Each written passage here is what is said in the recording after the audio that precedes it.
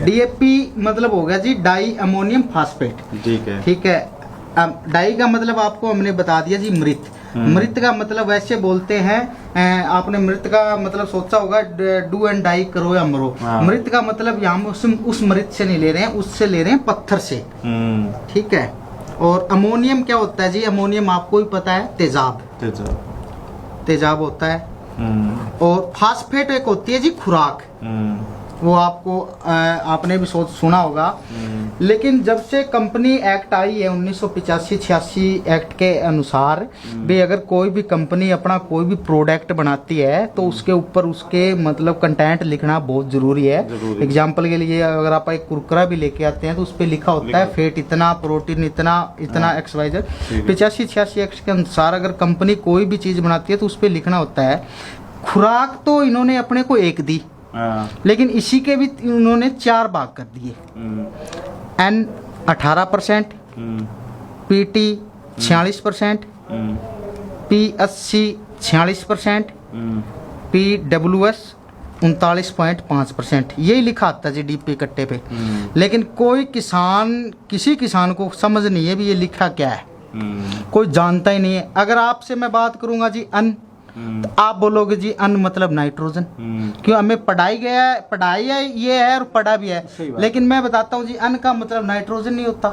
अन का मतलब होता है नाइट्रेट। पौधा कभी नाइट्रोजन नहीं लेता, पौधा कभी भी नाइट्रोजन नहीं लेता। हमें पढ़ाया गया था 6 क्लास से भी, प्रकाश संश्लेषण विक्रिया पौधा करता है। पौधा अपना भोजन सेव बनाता है। पौधा नाइट्रोजन को नाइट्रेट में कन्वर्ट करता है। ये नाइट्रोजन नहीं होती, ये नाइट्रेट होती है। पीटी का मतलब हो गया जी फास्फोरस टोटल 46%। अपनी जितनी भी जमीन के अंदर, जड़ जमीन की जितनी भी फंगस होती है ना, उसका मेन कारण डीएपी है। और ये खुद इसके अंदर है फास्फोसिट्रिक सोलुबल एसिड, डीएपी की अघुलनशील मात्रा। सिट्रिक का मतलब ये है, क्या आप अपने खेत को नींबू का पानी पिला सकते हो, संतरे का जूस पिला सकते हो। सिट्रिक का मतलब खट्टा, भी जो चीज खट्टी होगी ना उसी चीज में ये घुलेगा।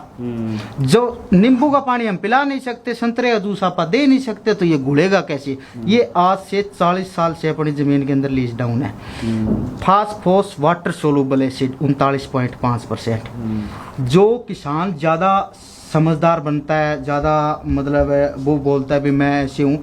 कुछ किसान फूंक मार के डीएपी को चेक करते हैं, फूंक मार के डीएपी को चेक करते हैं तो उनको वो नमी पकड़ती है।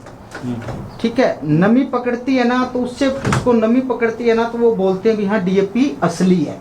लेकिन उससे कुछ पता नहीं चलता, क्योंकि इसके अंदर दे रखा है मतलब 39.5% ये मतलब इसके अंदर घुलनशील मात्रा होती है।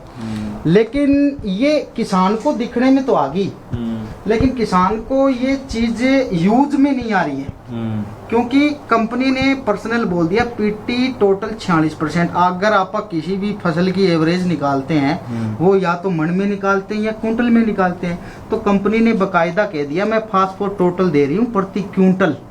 तो अपने को बैग कितने का मिला? 50 kg। तो ये मात्रा क्या रहेगी? सारी आधी रहेगी फिर ये। 9% नाइट्रोजन, 23% फास्फोर टोटल, 23% ये और 19.75% ये। जब तक अपन देखा भी होगा ओरिजिनल डीएपी का अपने को पता चलता है जी, और कोई भी फसल में नहीं पता चलता। गेहूं के अंदर जब गेहूं 25 से 28 दिन की हो जाती है ना, उसके बाद गेहूं में पानी लगता है, हमारे एरिया में कोर बोलते हैं जिसको। तब क्या होता है कि मतलब उसके बाद गेहूं पीलापन आ जाता है, पीलापन आ जाता है। कोई तो बोलता है जी इसके अंदर निमोटोड आ गया, कोई ऐसे कहता है मतलब अलग अलग भाषा में अलग अलग बीमारियां होती है। और पेस्टिसाइड वाले फ्लूरिकार्बोफ्रान से ऊपर कुछ नहीं मानते हैं, उस चीज के लिए होता है। और अब बड़ी बड़ी बात ये है सर भी, अपने को 50 kg का जो कट्टा मिलता है ना जी, उसमें 38 किलो अपने को पत्थर मिलता है। ठीक है, PSC जो डीओपी की घुलनशील मात्रा 38 kg रहती है। 11 kg मिलता है अपने को फास्फोरस। 1 क्विंटल की बात कर रहे हैं आप? मैं एक कट्टे की बात, एक कट्टे 50 किलो हैं, एक कट्टे की बात कर रहा हूँ मैं। ये मतलब 38 kg टोटल हो गया ना। 9 किलो 800 ग्राम फास्फोरस मिलता है। ये जो टोटल 46% कंपनी दे रही है ना, ये कितना हो गया अशोक जी? 38 और 9 47 हो गया ना।